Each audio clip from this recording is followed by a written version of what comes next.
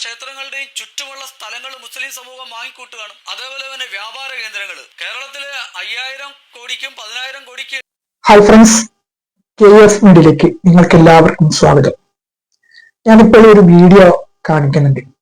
ഈ വ്യക്തി ആരാണെന്ന് അറിയില്ല, പക്ഷെ അത്രത്തോളം വർഗീയപരമായിട്ടുള്ള ഒരു പരാമർശം നടത്തുന്നു. ആ വീഡിയോ കണ്ടതിന് ശേഷം നമുക്ക് അതിനെക്കുറിച്ച് സംസാരിക്കാം. ഇതേപോലെ തന്നെ ക്ഷേത്ര നഗരികളിൽ പത്മനാഭസ്വാമി ക്ഷേത്രം ഒഴിച്ച് മറ്റുള്ള എല്ലാ പ്രധാന ക്ഷേത്രങ്ങളുടെയും ചുറ്റുമുള്ള സ്ഥലങ്ങൾ മുസ്ലിം സമൂഹം വാങ്ങിക്കൂട്ടുകയാണ്. അതേപോലെ തന്നെ വ്യാപാര കേന്ദ്രങ്ങൾ കേരളത്തിലെ 5000 കോടിക്കും 10000 കോടിക്ക് ഇടയ്ക്കാണ് മത്സ്യ വിപണി എക്സ്പോർട്ട് അടക്കം. അതിന്റെ ഭൂരിപക്ഷം ഈ പ്രത്യേക സമുദായം കൈയാളുന്നു. 20000 കോടിയോളം വരുന്ന പച്ചക്കറി വിപണി പൂർണ്ണമായിട്ടും അവർ കൈയടക്കുന്നു. വ്യാപാര മേഖല, സമ്പത്ത് ഇവിടെ നിന്ന്. പക്ഷേ കേരളത്തിലെ ഹിന്ദു സമൂഹം അല്ലെങ്കിൽ ക്രൈസ്തവ സമൂഹം ഇത് തിരിച്ചറിയുന്നില്ല. എത്രമാത്രം വർഗീയപരമായിട്ടുള്ള രീതിയിലാണ് അദ്ദേഹം സംസാരിക്കുന്നത്. മുസ്ലിങ്ങൾ നേരിടുന്ന കാര്യങ്ങളെ കുറിച്ചിട്ട് ബിസിനസ്സിൽ, അതുപോലെ തന്നെ മറ്റുള്ള എല്ലാ സമ്പത്ത് ഘടനയിലും മുസ്ലിങ്ങളുടെ ആധിപത്യം നേടി എന്നുള്ള രീതിയിലാണ് അദ്ദേഹം സംസാരിക്കുന്നത്. ഇവിടെ മുസ്ലിങ്ങൾ നേടിയത് ആരുടെയും പിടിച്ചു പറിച്ചിട്ടോ അല്ലെങ്കിൽ മറ്റുള്ള അവിഹിതമായിട്ടുള്ള വഴിയിൽ സമ്പാദിച്ചതൊന്നുമല്ല.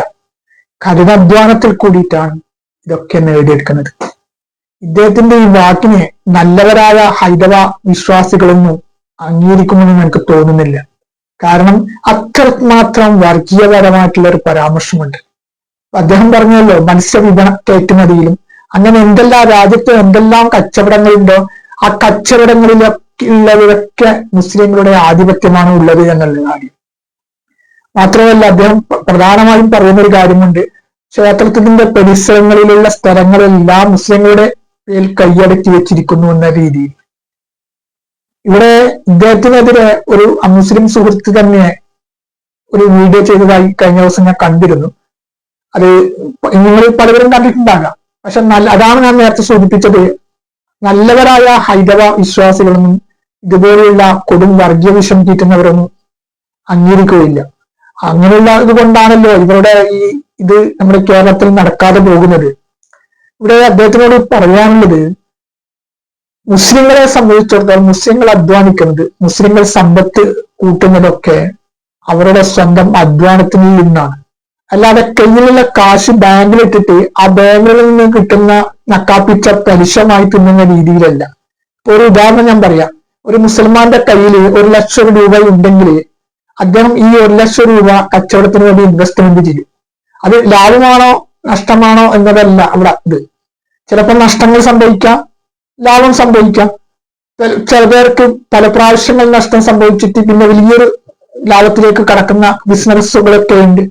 അല്ലാതെ ആ 1,00,000 കൊണ്ട് പോയിട്ട് ബാങ്കിലിട്ടിട്ട് അതിൽ കിട്ടുന്ന നക്കാപ്പിച്ച പലിശ കൊണ്ട് കള്ളും അതുപോലെ തന്നെ മറ്റുള്ള ലഹരി വസ്തുക്കളൊന്നും ഉപയോഗിച്ചിട്ടില്ല നാട്ടിലെ ഒരു സാമൂഹ്യ ദ്രോഹിയാവുന്ന രീതിയിലേക്കല്ല.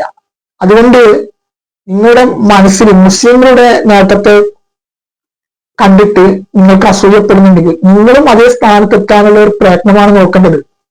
അല്ലാതെ അതിനുവേണ്ടി അസൂയപ്പെട്ടിട്ട് അതിനുവേണ്ടി വർഗീയപരമായിട്ടുള്ള പരാമർശം നടത്തുകയല്ല ചെയ്യുന്നത്. ഇവിടെ ആരെയും കട്ടുമുടിച്ചിട്ടോ അല്ലെങ്കിൽ മറ്റുള്ള രീതിയിലൊന്നും ഇല്ലല്ലോ.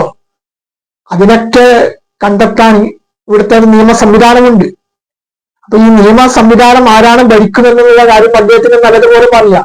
അപ്പൊ അങ്ങനെയുള്ള ഒരു ഭരണം ഭരിക്കുന്ന സ്ഥാനത്ത് മുസ്ലിം വിഭാഗങ്ങളിലുള്ളവർ അങ്ങനെ സമ്പത്ത് ഉണ്ടാക്കുകയാണെങ്കിൽ അതിനൊരു തടയിടാൻ ഇവിടുത്തെ അധികാരികൾ ശ്രമിക്കുകയില്ലേ?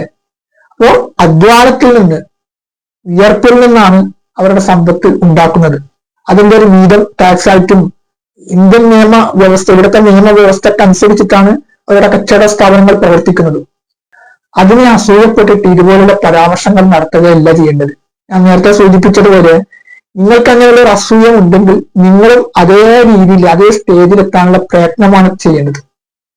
അല്ലാതെ അവരുടെ വിജയങ്ങൾ ഇട്ട് നമ്മൾ അങ്ങനെ ആയിട്ടില്ലല്ലോ, അതുകൊണ്ട് അവരും നശിക്കട്ടെ, അവരെ കുറ്റപ്പെടുത്താം, അവരെ വർഗീയമായിട്ടുള്ള രീതിയിലുള്ള പരാമർശം നടത്താം എന്നുള്ള രീതി ഇവിടെ ഒരിക്കലും വില പോകില്ല എന്നുള്ള കാര്യം ഈ മഹാൻ മനസ്സിലാക്കുന്നത് നന്നായിരിക്കും.